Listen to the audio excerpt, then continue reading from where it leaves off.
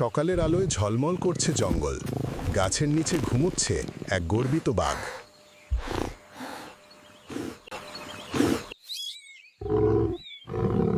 বাঘ ভাবে, এই জঙ্গলে আমি সবচেয়ে শক্তিশালী।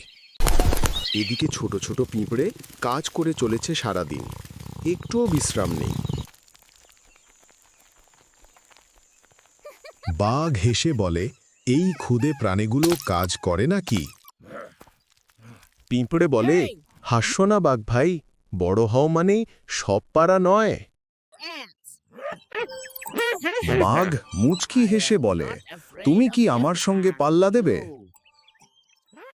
হঠাৎ আকাশ কালো হয়ে গেল, বৃষ্টি আসছে। বাঘ দৌড়ে পালালো।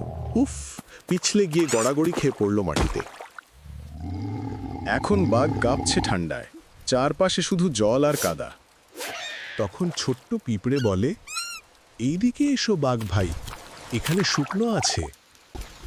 বাঘ এবার পিঁপড়ের পেছনে পা টিপে টিপে এগোয়। গুহার ভেতর শুকনো, উষ্ণ ও নিরাপদ। বাঘ অবশেষে একটু শান্তি পেল। বাঘ বলে, তুমি ছোট হলেও তোমার বুদ্ধি বড়। দুজনেই হেসে গড়িয়ে পড়ে, বড় ছোট কিছুই আর নেই। পিঁপড়ে উঠে বাঘের মাথায়, শুরু হলো তাদের নতুন খেলা। বিকেলের আলোয় তারা পাশাপাশি হাঁটে, বন্ধুত্বের আলোয় জঙ্গল উজ্জ্বল। বাঘ বলে, আজ শিখলাম শক্তির চেয়ে বুদ্ধি অনেক মূল্যবান। জঙ্গলের সবাই খুশি, বড় বাঘ আর ছোট পিঁপড়ে আজ বন্ধু।